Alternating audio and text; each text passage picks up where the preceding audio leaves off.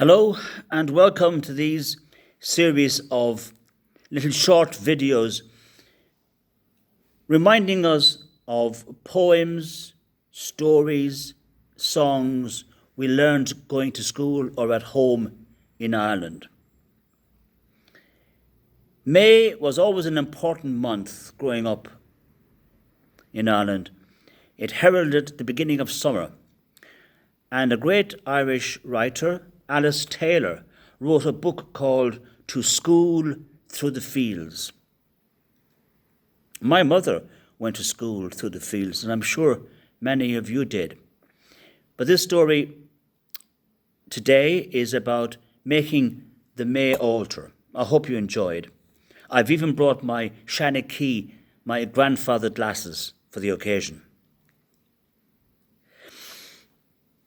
Each year we welcome summer by erecting a May altar in honour of Our Lady. In this we were motivated less by religious fervour than by a wish to celebrate the long, warm days by bringing the outdoors into the house in bunches of wild flowers which we picked along the ditches and in the open fields. In the bedroom over the kitchen was a large old chest with deep drawers. Over this we draped a white sheet, and on top of it we put a box slightly smaller than the chest top and covered this with another cloth. Then another smaller box and covered this with a cloth. And if we could manage it, then another box, smaller again, and so on. And we had a high altar to Our Lady. On top of this pyramid, we perched the statue of Our Lady. This was her altar, and she got pride of place. But she was not to have it all to herself. On the steps below, we put other statues. Blessed Martin and St. Teresa, maybe even St. Patrick. When we were finished, we regarded our creation as a masterpiece of sanctity.